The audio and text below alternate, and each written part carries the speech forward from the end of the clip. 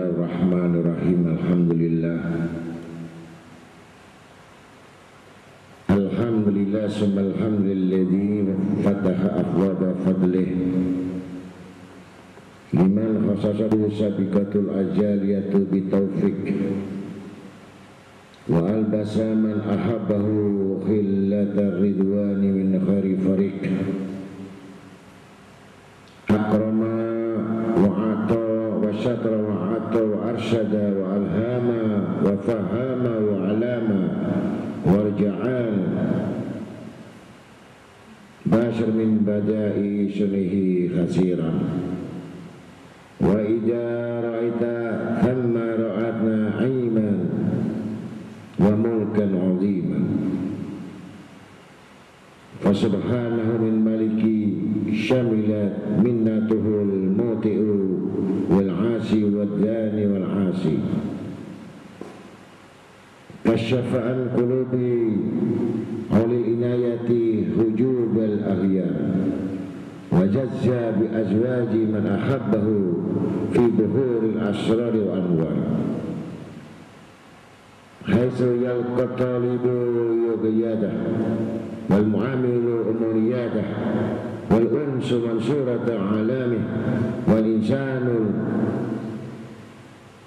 warahi masyufu lissamih wa muhibbu qad sahaba dailal turab wa namul ib'adi qad garab fa hunaka al-aishu wa bajatuhu fala min mutahaji wal muntahajin wassalatu wassalam ala sayyidina Muhammadin waladi adnan wa ashrafil insi wal jan wa ala alihi wa sahbihi wa man tabi'ahum bi ihsan amma ba'd. Wa qala ta'ala alladzina dhalla sayuhum fil hayati dunya wa hum yahsabuna annahum yuhsinuna sun'a. Sadaqallah wa sadaqa rasul. Para hadirin hadirat yang sama-sama dimuliakan Allah Ta'ala, malam ini kita membicarakan bab keburukan orang yang kikir, dan al-israr adalah orang yang pemurah. Sakha termasuk pemurah, al-israh juga, al-israr itu juga pemurah. Mudah-mudahan malam ini kita semuanya bisa mendapatkan fadilah dan keutamaan-keutamaan daripada pemahaman-pemahaman ilmu Allah Ta'ala, dan dibukakan fat oleh Allah Ta'ala sehingga kita memahami benar-benar apa arti ayat-ayat yang telah diciptakan oleh Allah Ta'ala, yang ditulis oleh Allah Ta'ala di dalam Al-Quran, yang kita harus meyakini dan mengimaninya. Dan terutama dosa-dosa kita diampunkan oleh Allah Ta'ala, dosa kedua orang tua kita, dan dosa dari keluarga, duriyah kita, saudara kita, agar kita menjadi imam di dalam keluarga, agar mereka taat kepada Allah Subhanahu wa Ta'ala dan mendapat ridhonya dan diampunkan segala dosa-dosanya.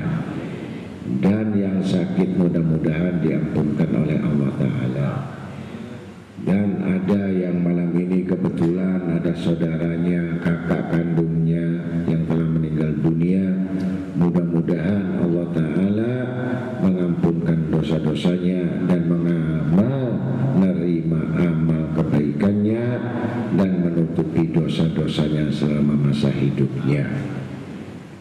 Dan tidak ada manusia yang paling beruntung, diibaratkan manusia ini adalah seperti lampu.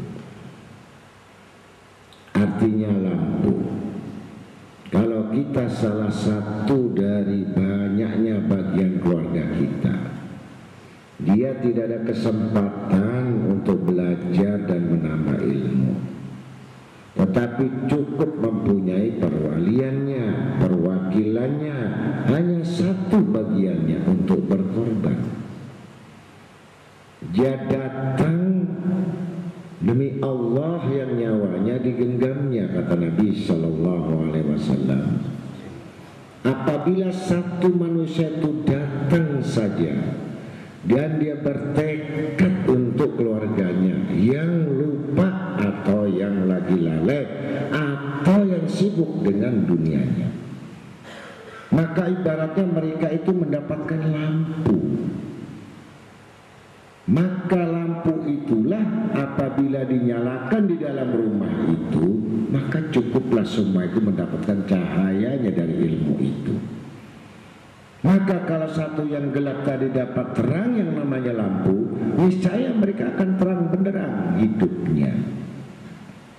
Hanya satu yang diminta oleh Allah Ta'ala, apakah dari kalian yang banyakkan manusia ini, yang berapa macam famili dan saudaranya, hanya satu, dia betul-betul untuk membawa yang namanya nilai berkah dan rahmat dari Allah Ta'ala, niscaya Allah Ta'ala akan mengampuni dosa-dosa mereka. Ini keutamaan orang-orang yang menuntut ilmu. Kenapa kita yang dipilih? Kenapa kita yang menjadi orang-orang yang menanggung beban mereka? Karena Allah percaya kepada kita dan Allah percaya kepada sesuatu yang diutamakan oleh kita, dan itu memang sudah amanatnya Allah. Dan yang mendapatkan rahmat itulah keuntungan yang besar-besar, yang tidak bisa dinilai berapa harta dan harganya dari sekian apa yang diperolehnya. Andai kata mereka itu tahu di majelis ilmu itu, andai kata dia itu tahu dari fadilah ilmu itu, niscaya mereka akan membunuh karena berebut pahalanya. Karena mereka tidak tahu pahalanya, sehingga dia meremehkan daripada pahala itu, bahkan mereka tidak mau lagi untuk mengingatnya. Sampai demikian, andai kata mereka tahu dengan pahalanya orang-orang yang berilmu, pahalanya orang-orang menuntut ilmu, niscaya mereka akan berebut dan saling bunuh-membunuh untuk mendapatkan pahala itu. Maka untuk itulah mereka yang sadar, yang punya akal, yang mereka benar-benar menginginkan itu, niscaya dia tidak akan lengah sekejap apapun ilmu itu. Dibandingkan dia salat sendirian, dibandingkan dia doa sendirian, dibandingkan dia beribadah sendirian, walaupun 100 kali naik haji, 100 tahun dia berpuasa dengan lapar, Allah tidak melihat kecuali mereka betul-betul untuk memahami ilmu. Dan memahami agamanya itu lebih utama daripada ibadah orang yang tidak paham dan tidak tahu dalam arti agamanya. Mudah-mudahan itu kita semuanya mendapatkan rahmat dan pengetahuan itu karena ada keinginan kita, bukan sekedar keinginan kita, tetapi juga keluarga dan keturunan dan saudara-saudara kita dapat bagian daripada mereka semuanya. Dan mudah-mudahan segala hajat-hajat dikabulkan oleh Allah Ta'ala. Beban-beban yang berat mudah-mudahan diselesaikan oleh Allah Ta'ala. Apabila kalian dosa sempit, apabila dosa kalian ini tidak dilunasi, apabila rezeki itu susah, maka banyak bertobat dan beristighfar kepada Allah Ta'ala, niscaya Allah Ta'ala akan memudahkan semua urusan-urusannya. Amin. Salawat dan salam dan pujian kepada baginda Nabi Syafi Musaffa, Nabi Akram Al-Akramin Muhammad sallallahu alaihi wasallam, dan para ahli keluarga dan sahabatnya semuanya. Mudah-mudahan tidak disia-siakan oleh Allah Ta'ala kecuali balasan berupa rahmat yang besar, nafahat karunia yang besar, hidayah yang besar, berkat yang besar, berkat selawat kepada baginda Nabi sallallahu alaihi wasallam. Amin. Dan mudah-mudahan kita semua mendapatkan syafaat utama, syafaat yang agung, syafaat yang besar kelak di hari kiamat bersama Nabi Muhammad SAW, masuk surga di dalamnya.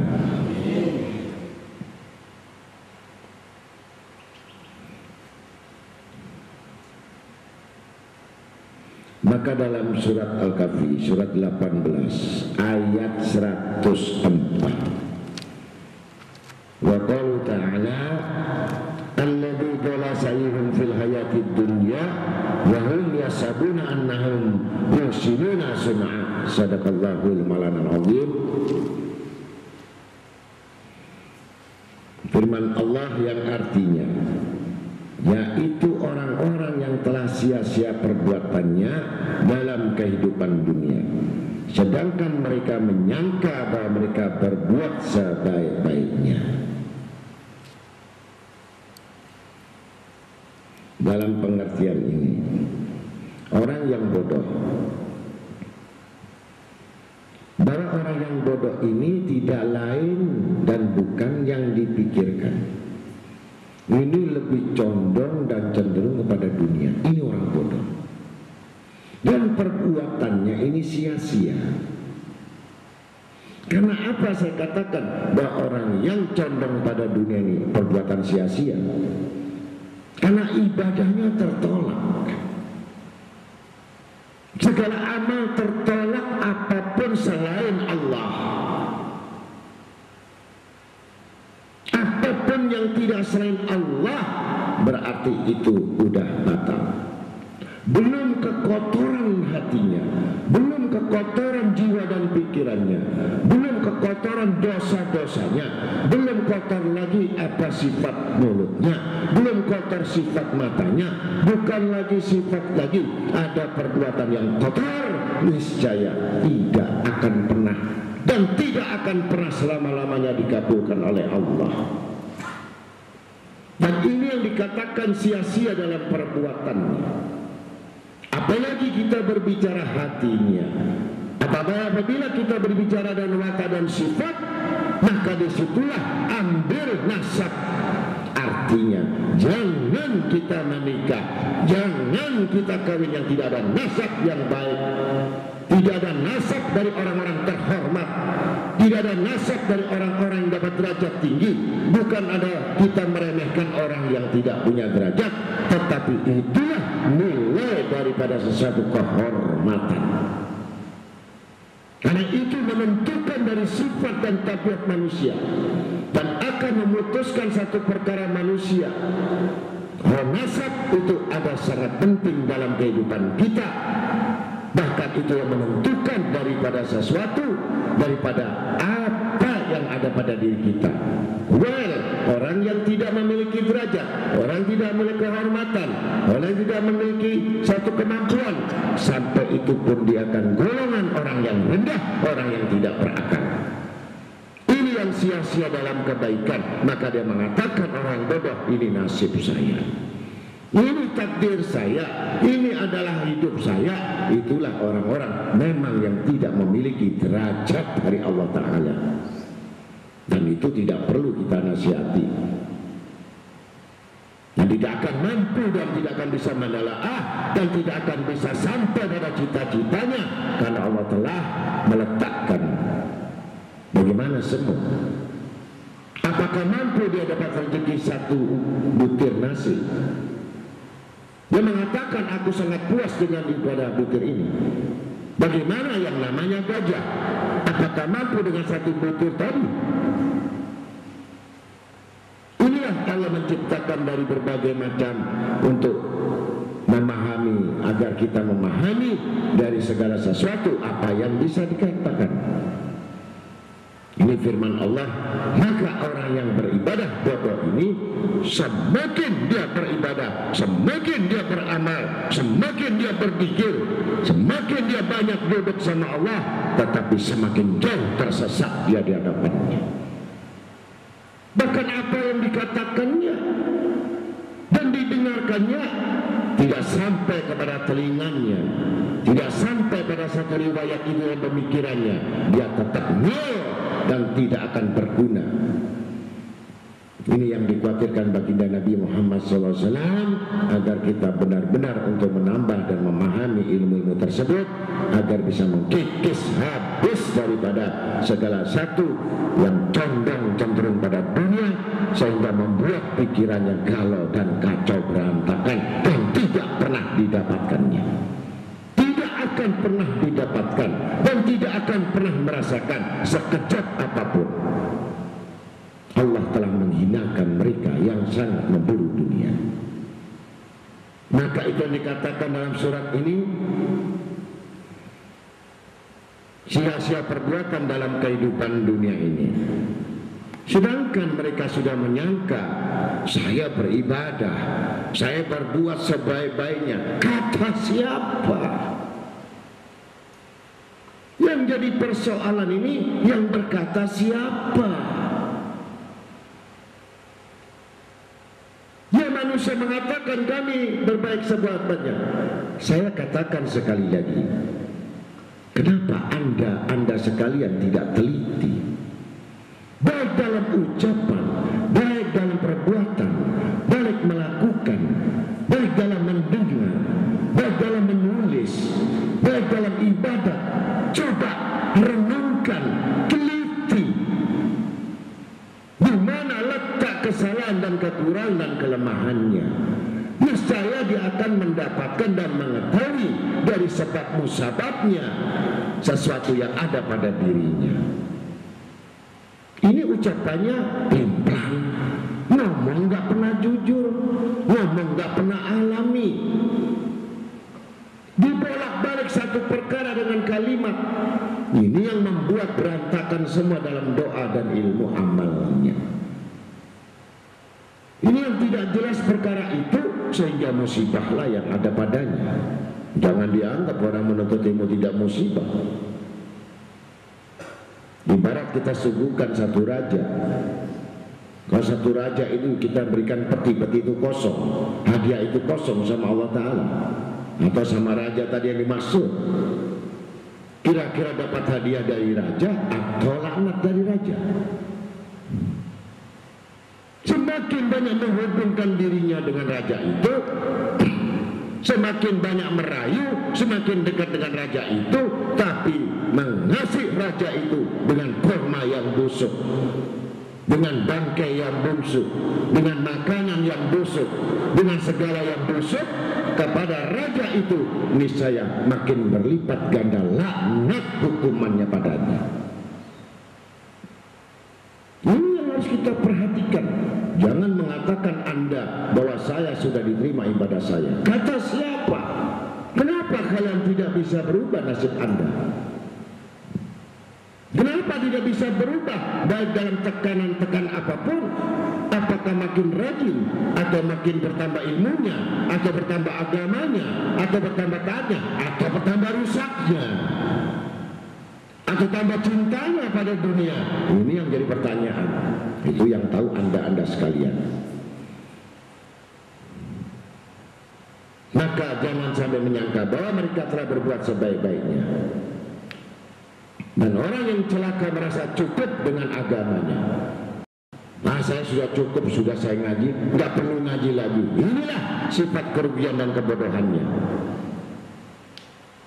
Siapapun yang sudah merasa cukup dan tidak mau menambah ilmu dan tidak menambah agama, ini kebodohan sawah. Dan inilah orang-orang jauh dari Allah dan Rasulnya, orang yang jauh dari kebaikannya, orang yang jauh dari rahmat Allah. Kenapa? Dia merasa cukup. Itu aja katanya.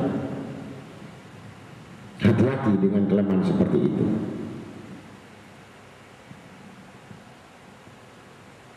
Wa qalu ta'ala iqtaraba lin-nas hisabuhum wa hum fi ghaflatin mu'ridun. Telah dekat kepada manusia hari menghitung menghisap segala amal mereka, sedang mereka dalam keadaan dalam kelalaian dan lagi berpaling.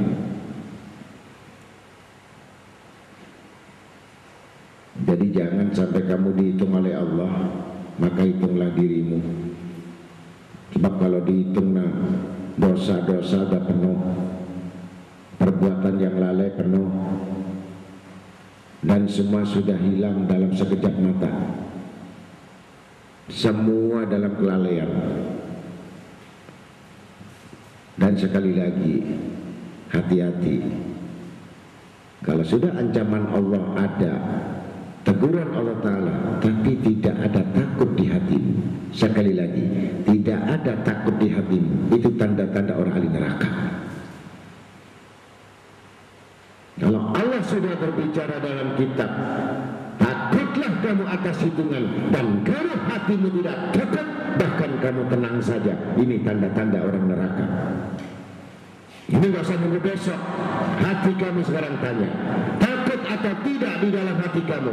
Kalau tidak, itu tanda-tandanya nas bahwa kamu malam ini adalah golongan yang tidak takut kepada Allah.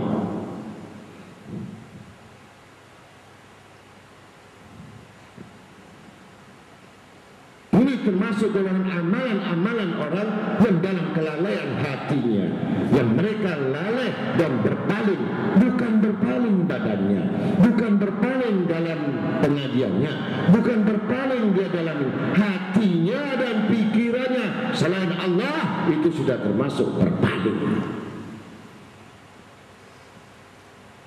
Bagaimana dosa diampuni? Dosa diampuni kalau kamu takut. Dosa tidak akan diampuni kalau kamu nggak takut.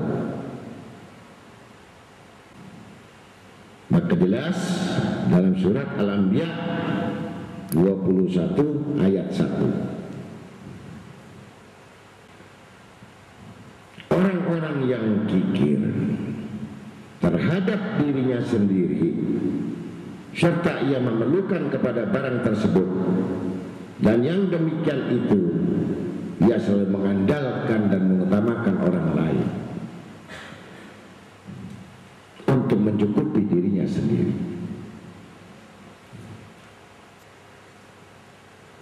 dan dia sangat butuh dan memerlukan kepentingan itu pada orang lain. Ini sudah tidak ada yakin.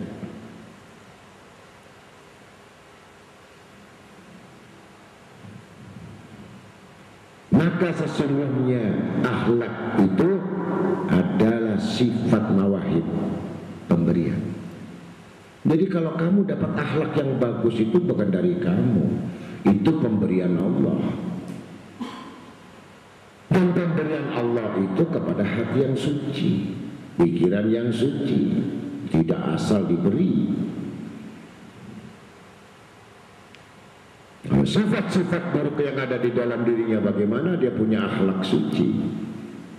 Ini sifat pemberian, dan itu diletakkan oleh Allah di mana saja yang Allah kehendaki.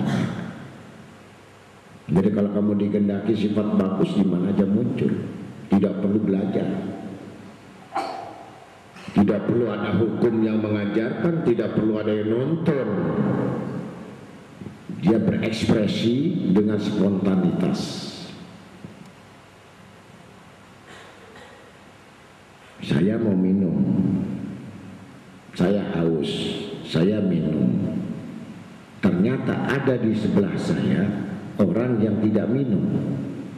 Ini spontanitas. Alangkah indahnya kalau aku beri minum dia. Alangkah buruknya kalau aku meminumnya. Akhlak yang buruk kamu minumnya, akhlak yang baik kamu beri minumnya. Itulah manusia yang sempurna.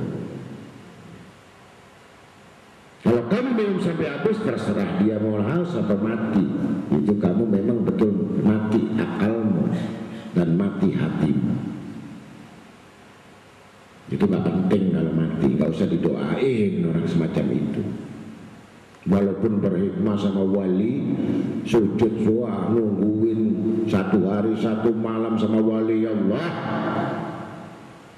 tetapi sifat tidak merubah, itu sama dengan anjing yang mengabdi tadi tapi gak punya akal.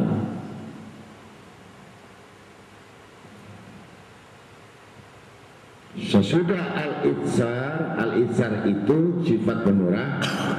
Allah memuji para sahabat radhiyallahu anhum dengan firman-Nya. Wa qala ta'ala wa yuksiruna 'ala anfusihim walau kana khasasatun. Dan mereka mengutamakan kawannya lebih dari diri mereka sendiri meskipun mereka dalam kesusahan. Quran surat Al-Hasyr ayat 9. Jadi mengutamakan orang lain daripada diri, padahal dia susah.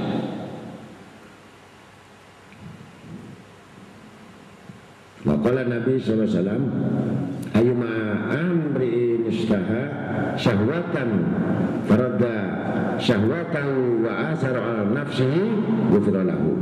Manusia manapun yang mengingini suatu keinginan, menginginkan suatu keinginan, lalu ditolaknya keinginan itu dan ia mengutamakan orang lain dari dirinya sendiri, niscaya dia diampuni dosa-dosanya. Ya, satu contoh, ya, kalau guru nerima roti, udah nggak jauh-jauh contohnya. Kamu perhatiin guru aja. Apakah guru itu makan rotinya atau orang lain yang makan roti? Padahal itu roti untuk saya. Tetapi lebih utama lagi kalau orang lain yang makan. Itu contoh. Bukan saya tidak ingin dengan roti, bukan saya tidak menginginkan roti, tetapi saya menahan dulu dari keinginan itu. Inilah yang disebut orang-orang yang telah diampunkan dosanya. Hanya perbuatan seperti itu dia sudah diampunkan dosanya, walau tanpa istighfar. Banyak istighfar, banyak pikir, banyak ini, pelit, bakhil, numpuk dosanya. Aneh. Jadi prakteknya nol.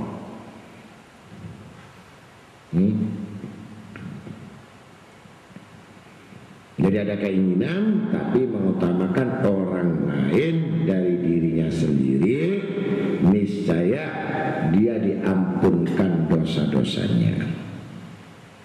Ini riwayat Ibnu Hibban radhiyallahu anhu. Ini ada satu riwayat yang sudah kita ceritakan, yaitu Ghuraba, orang asing, yang orang musafir, yang mana datang pada Rasulullah SAW dan Rasulullah SAW tiada memperoleh pada keluarganya sesuatu. Lalu masuklah seorang laki-laki dari golongan Ansor ke tempat Rasulullah SAW, maka dibawanya tamu tersebut kepada keluarganya. Kemudian diletakkannya makanan di mukanya, disuruh istrinya memadamkan lampu, dan ia mengelurkan tangannya kepada makanan atau mengambil piring kosong seakan-akan dia makan. Padahal ia tidak makan sehingga tamu itu yang makan dulu. Satu piring disuguhkan, lampunya dimatiin. Toh, kalau orang sudah hatinya itu mulia, urusanmu bambung enggak, itu yang penting saya makan. Tuh orang sudah mati. Enggak perlu kamu bergaul sama orang semacam itu. Penyakitan sudah. Paham? Ya, walaupun hajinya 100 kali. Tatkala telah pagi hari, Rasulullah SAW bersabda kepada laki-laki Ansor itu, laqad ajiballah min sini'ikumul laila ila dhaifikum. Allah takjub ajaib melihat dari perbuatanmu pada malam tadi kepada tamumu. Maka turunlah ayat Quran surat Al-Hasyr ayat 9.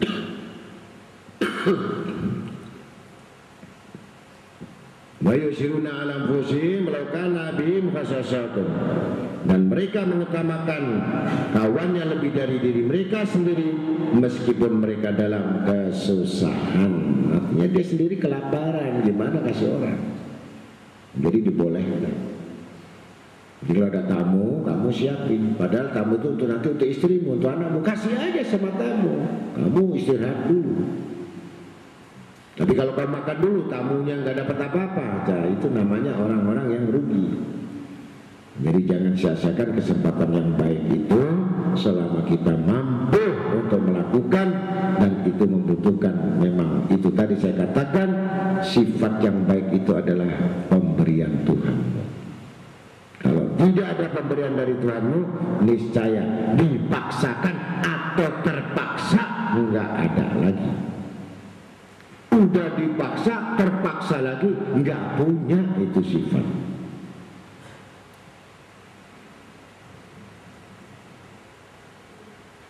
Maka sifat pemurah itu adalah salah satu dari sifat akhlak Allah Ta'ala. Dan al-ithar adalah yang tertinggi dari tingkat-tingkat pemurah. Dari sakhok ada lagi al-ithar, itu tingkat yang tertinggi dari pemurah. Dan yang demikian itu adalah al-akhlak, adab, kesopanan Nabi kita Muhammad sallallahu alaihi wasallam, sehingga dinamakan oleh Allah Ta'ala khuluq, akhlak. Wa innaka la'ala khuluqin azim. Sesungguhnya Allah Ta'ala kasih jabatan sama Nabi Muhammad SAW akhlak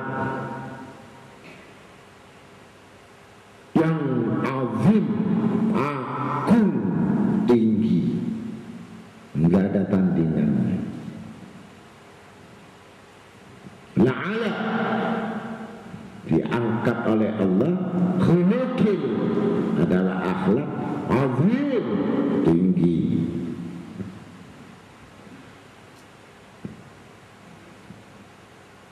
Itu wa innaka la'ala, dengan engkau sesungguhnya punya budi pekerti yang sangat tinggi.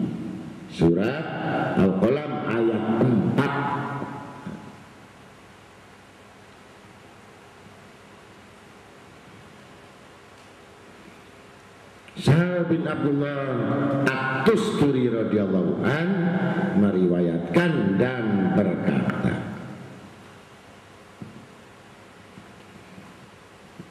Nabi Musa alaihissalam ketika berdoa, hai Tuhanku, perlihatkanlah kepadaku sebagian pangkat Nabi Muhammad SAW dan umatnya. Ini Nabi Musa. Maka Allah Ta'ala berfirman, hai Musa, sesungguhnya engkau tiada akan sanggup yang demikian. Ini Nabi Musa nggak sanggup.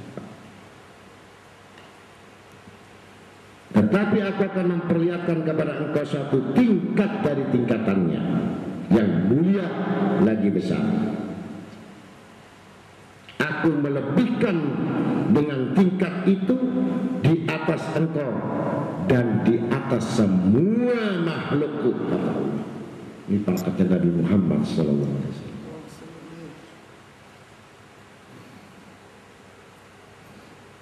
Kemudian dibukakannya kepada Nabi Musa alaihissalam dari alam malakut atau langit. Maka Nabi Musa alaihissalam memandang kepada satu tingkat saja, melihat pangkatnya Nabi itu yang hampir membinasakan dirinya. Ini pangkatnya satu tingkat saja sudah mau membinasakan Nabi Musa. Dari nur cahaya tingkat itu, dan didekatkan dari Allah Ta'ala, maka Musa AS bertanya, wahai Tuhan, dengan apa engkau sampaikan Muhammad itu kepada kedudukan kemuliaan itu?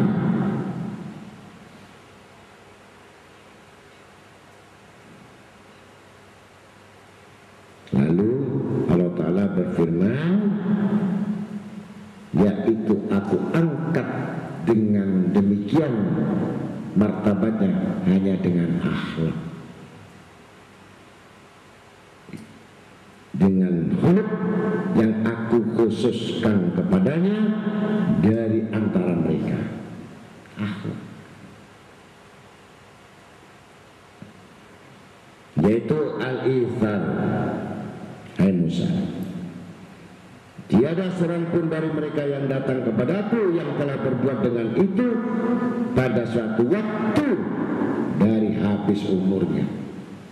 Melainkan aku malu mengadakan perhitungan hisab amalannya, dan aku tempatkan dia di surgaku di mana saja ia aku kehendaki, hanya dengan akhlak. Dan ketahui juga, wahai Musa, aku menempatkan kedudukan Nabi Muhammad SAW, semua dari cahaya di atas cahaya, dan semua mujizat aku jadikan dari tetesan nur Nabi Muhammad SAW. Ini tetesan. Jadi kalau sudah dapat tetesan nur Nabi Muhammad SAW, ya sudah jadi Nabi yang punya mujizat. Nabi Musa, Nabi Sulaiman, Nabi Yusuf, semua Nabi tetesan Nabi Muhammad SAW. Ini satu riwayat lagi dari Abdullah bin Ja'far. Saat itu keluar pergi ke kebun atau di luar kota Madinah. Kemudian dia singgah duduk dan beristirahat di atas pohon kurma dari satu kuam. Jadi istirahat di pohon kurma. Dan dilihatnya ada seorang budak hitam saat itu sedang bekerja. Tiba-tiba datang seorang budak dengan makanannya, lalu masuk ke kebun kurma itu dan melihat seekor anjing itu mendekati budak tadi. Maka budak tadi melemparkan anjing itu, memberikan anjing itu dengan sepotong roti yang mau dimakan. Maka roti itu dimakan lagi sama anjing tersebut.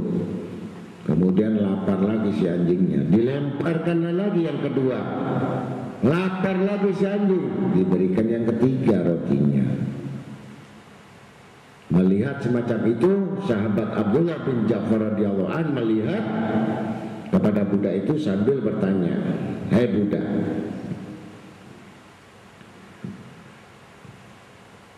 berapa potong roti makananmu setiap hari?"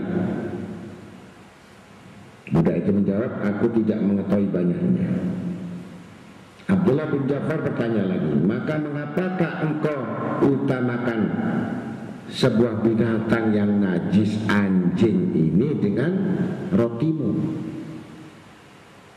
Bukan binatang anjing najis, tapi lebih kamu utamakan daripada kamu.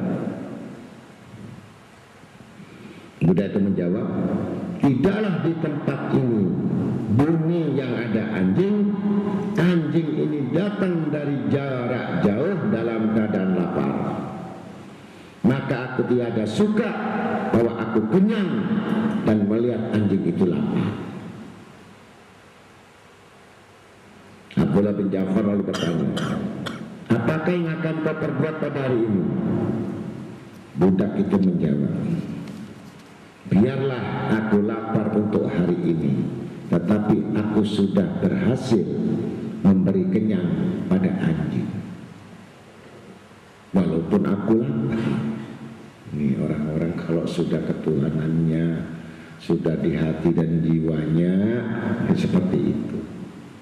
Dan tidak bisa kalau ibadah kamu pas-pasan seperti itu, nggak bisa. Ini total orang yang mengingat mati.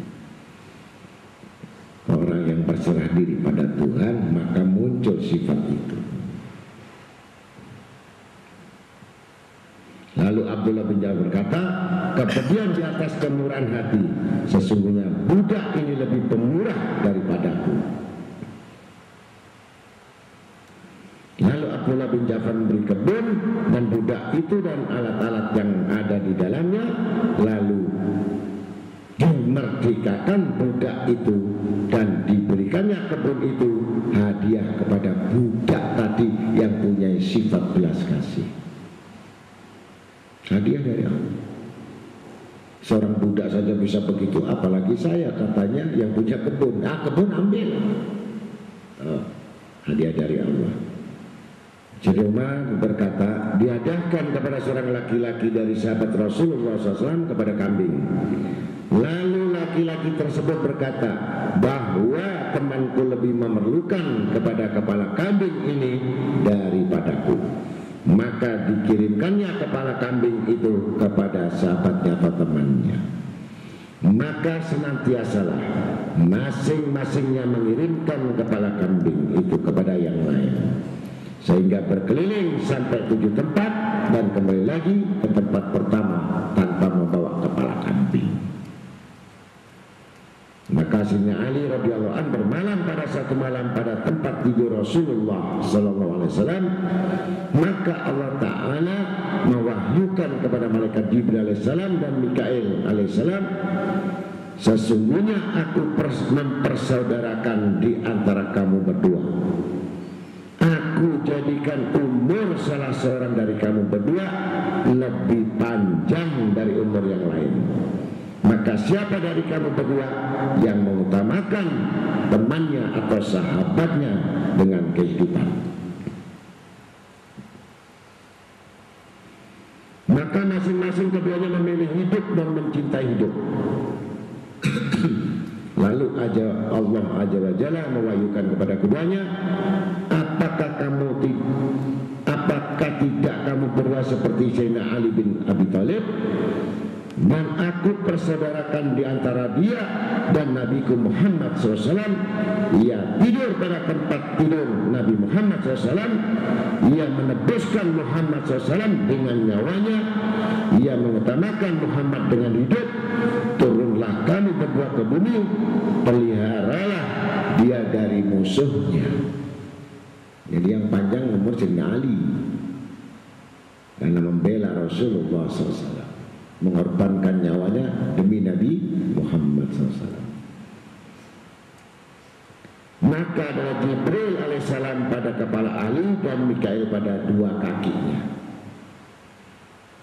Jibril alaihissalam berkata, Bilhil, seperti engkau hai putra Abi Thalib. Allah telah membanggakan engkau pada para malaikat. Kemudian Allah Ta'ala menurunkan ayat, wa minan nas mayashri nafsahu ibtiga mardatillah wallah ra'ufur bil ibad. Dan di antara manusia ada orang yang mengorbankan diri sepenuhnya untuk mencari keridhaan Allah, dan Allah itu Maha Penyantun terhadap hamba-hambanya. Ini Quran surat Al-Baqarah ayat 207. Maka sifat-sifat pemurah ini hanya dimiliki orang-orang yang sudah mendapatkan kemurahan, yaitu disebut mawahib. Sama orang yang cinta sholawat, ya, hari cinta sholawat ini bukan atas dia senang, diberikan dia untuk cinta sholawat. Kalau nggak senang sholawat nggak bisa datang awal kuping nggak dengar. Nggak bisa. Kalau nggak cinta betul sama Nabi nggak bisa. Jadi itu pemberian, bukan aturan. Jadi kalau kamu cinta sama Rasul Sallallahu Alaihi Wasallam itu pemberian, bukan katanya. Jadi ada keturunan dulu cinta kakeknya sama sholawat, cucunya ikut. Kalau bapaknya seneng jarang kepangan dulu, nah itu sekarang seneng dangdut, nah itu dulu jarang kepang. Jadi nggak bisa diingkari segala sesuatu itu, karena dari datuk-datuknya tidak pernah mengajarkan cinta kepada sholawat.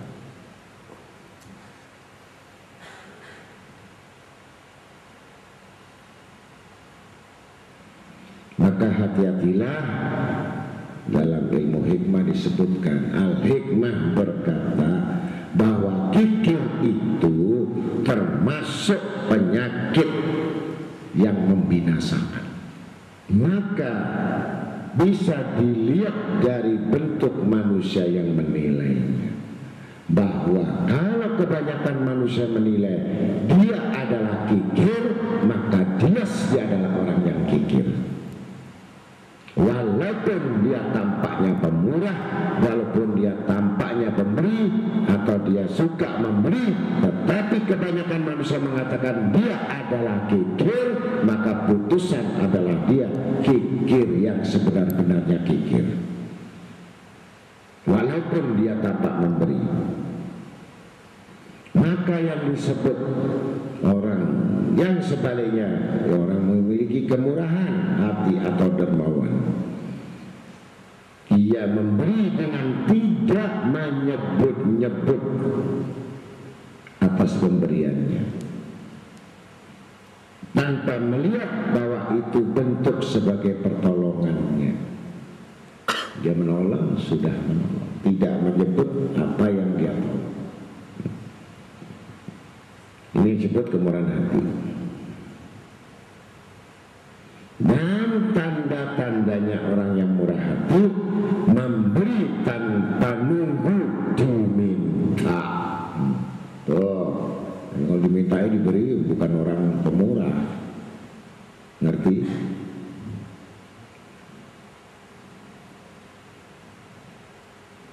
Maka tampak kegembiraan dengan orang yang meminta dan kesenangan pada saat memberi. Jadi yang diberi senang dan dia memberi senang.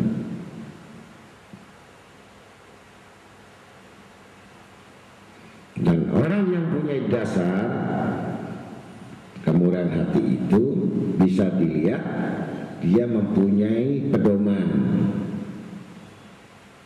Harta itu kepunyaan Allah Ta'ala, dan hamba itu juga kepunyaan Allah Ta'ala. Maka ia memberikan kepada hamba Allah akan harta Allah tanpa melihat bentuk kekurangan atau fakir atau kemiskinan. Enggak terhalang. Sebab nanti kalau orang fakir saja baru diberi. Jadi nggak ada halangan, udah kasih. Dan yang mengatakan bahwa siapa yang memberikan sebagian dan meninggalkan sebagian, itulah yang disebut orang pemurah. Jadi meninggalkan sebagian, memberi juga sebagian, dari 50-50. Itu disebut pemurah. Kalau Nabi SAW yang disuruh agar manusia ini jadilah sifat pemurah dan yang terpuji, maka mendapat keutamaan yang mulia di sisi Allah. Wa qalu ta'ala wa la tajal yadaka maglulatan ila unukika wa la tabsutha kullal basti fataq'udha makruh.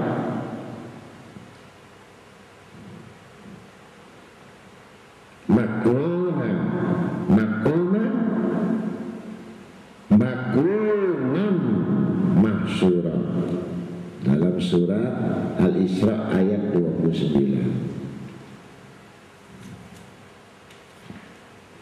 Dan janganlah engkau jadikan tangan engkau terbelenggu ke kuduk, dan jangan pula engkau kembangkan seluas-luasnya, supaya engkau jangan duduk tercela dan sengsara.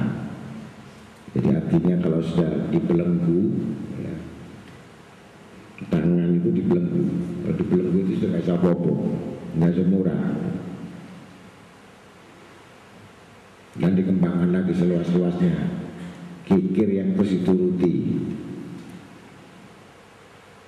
Itu duduknya tercela dan sengsara, jauh dari rezeki, jauh dari kebaikan, dan tidak ada yang melihatnya. Sakit gak ada yang melihatnya, mati loh, ayam gak mau ziarah sama dia. Ayam, kecuali ayam goreng yang masuk di rumahnya. Di surat Al-Isra ayat 29. Wa Qala ta'ala walladzina idza anfaqu lam yusrifu wa lam yaqtaru wa kana baina dzalika qawana. Dan mereka itu apabila membelanjakan hartanya tiada melampaui batas dan tiada pula bersifat kikir, tetapi ambil pertengahan antara keduanya. Surat Al-Furqan ayat 7. Jadi sifat kemurahan hati itu di tengah-tengah. Disifatkan adalah sifat pertengahan itu wasat, artinya di tengah-tengah. Berlebih-lebihan al-israf, itu berlebih-lebihan. Al-israr, al-isar adalah orang yang tingkat tinggi untuk bermurah hati dan tidak mencukupkan perbelanjaan, namanya al-iktar. Qab al-iktar itu mencukupkan perbelanjaan. Sudah tahu penyakitnya kikir? Nah, ya mudah-mudahan kita semuanya bab kikir sudah kita selesai. Maka kita berdoa kepada Allah, Allahumma inna na'udzubika minal jubni wal bukhli wa a'udzubika min ghalabati daini wa qahri rijal. Allahumma inna nas'alukal huda wa tuqa wal afafa wal ghina wal yakin wal haqqul yakin wal istiqomah. Allahumma nas'aluka afwa wal afiyah zahiran wa batinan wal mu'afatad daimah fid dini wad dunya wal akhirah. Rabbana atina fid dunya hasanah wa fil akhirati hasanah wa qina adzabannar. Wa sallallahu alaihi Muhammadin nabiyyi khairi khalqi wa ala alihi wa sallam bi fadli subhana rabbika rabbil izzati amma yasifun wa salamun alal mursalin alhamdulillahi rabbil alamin. Nabi wa nabi Fatihah.